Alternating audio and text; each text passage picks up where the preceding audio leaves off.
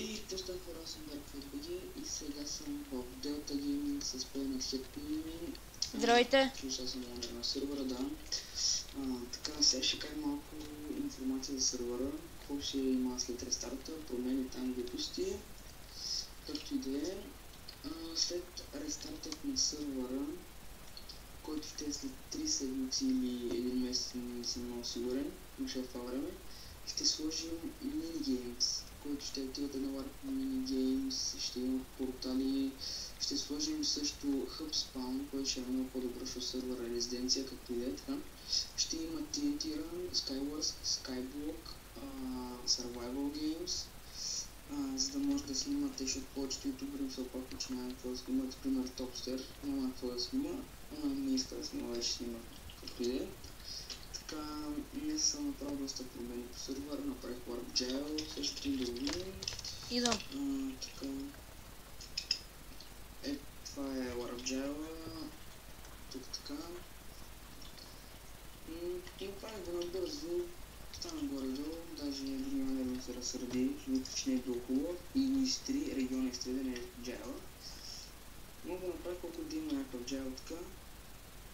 И горе-долу ми се получи, ама не е кой знае какво, какво напустя така. Също на WarpSMS, Team на WarpSMS, така. Съм направил тук на ранг VIP, съм го намалил 480 на 240, донатора от 6 на 480, Legend от 12 на 960, Года от 18 на 12, Титана от 24 на 18, така има доста промоции. Трябва да намалим и фул сетовете. И така. Да. И сетове тук фулки глупости. Така.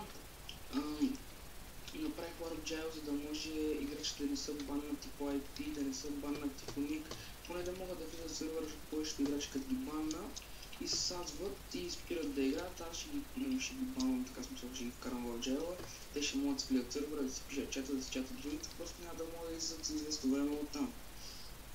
И така, това според мен е по-добрия вариант. Повечето хора ми предложиха, в момента е 11 часа. Снимаме това клипче, нали, да кажем информация за Delta Gaming. Да, по сервера се казваше Delta PvP, но вече е Delta Gaming. И за повечето, които питат на какъв хостинг сме, това е Game Servers. Не ми хвалят за другите смотани хостинги, които почти нищо никаква работа не вършат. Според мен този хостинг е доста добре, не прави проблеми, няма лаг. И така, скоро ще добавим нови плагини, нови екстри ще има. Така HubSpawn ще сложим и ранковете ще са запазени след рестартът на сервера, който ще е добрата новина, че World ще е ресна, ще има само нови ларкове, някои ще са запазени обаче. Ранковете ще са запазени и след това ще са направени за време за около 2-3 месеца всички ранкове.